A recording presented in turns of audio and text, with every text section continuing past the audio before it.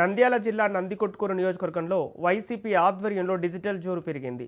Party అధినేత YS Jaganmohan Reddy ప్రతిష్టాత్మకంగా ప్రవేశపెట్టిన జగన్ 2.0 సూపర్ యాప్ను నియోజకవర్గ వైసీపీ ఇన్ఛార్జ్ డాక్టర్ సుధీర్ దారా పార్టీ కార్యాలయంలో ఆవిష్కరించారు.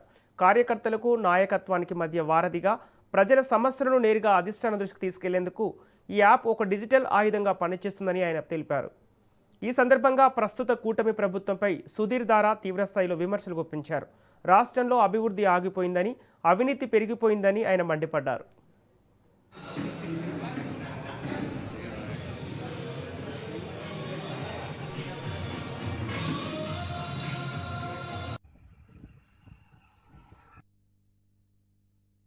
అమరావతి అన్న ఒక పెద్ద స్కామ్ తీసుకొచ్చారు. అమరావతి అన్నది ఒక రాజధానికి కావాల్సింది ఏంటి? ఒక హైకోర్టు, ఒక అసెంబ్లీ, ఒక సెక్రటరియట్, అక్కడ పనులు చేసే ఎవరైతే ఉన్నారో వాళ్ళకి క్వార్టర్స్.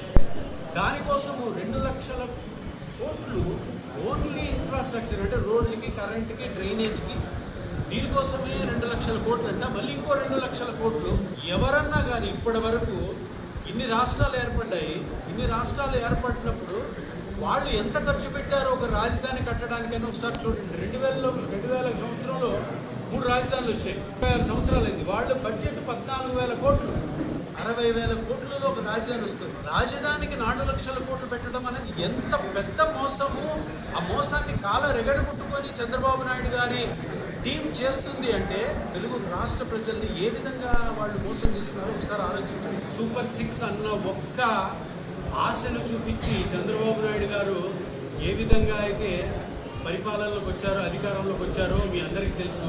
కానీ ఆ సూపర్ 6లో ఏ ఒక్క కార్యక్రమం కూడా సరైన పద్ధతిలో జరగట్లేదని ప్రతి తెలుగు రాష్ట్రంలోని ప్రజలకు తెలుసు. మేము ఇదే విధంగా ప్రతిసారి మోసపూరితమైనటువంటి హామీలు చేస్తాం. మేము జనాల్ని మోసగిస్తాం. ఇదే మా వృత్తి, ఇదే మా ప్రవృత్తి అని చెప్పినట్టు చెప్పడం జరుగుతుంది. ఇదే తెలుగుదేశం పార్టీ లీడర్స్ యొక్క నైజము, ఆ పార్టీ యొక్క సిద్ధాంతం.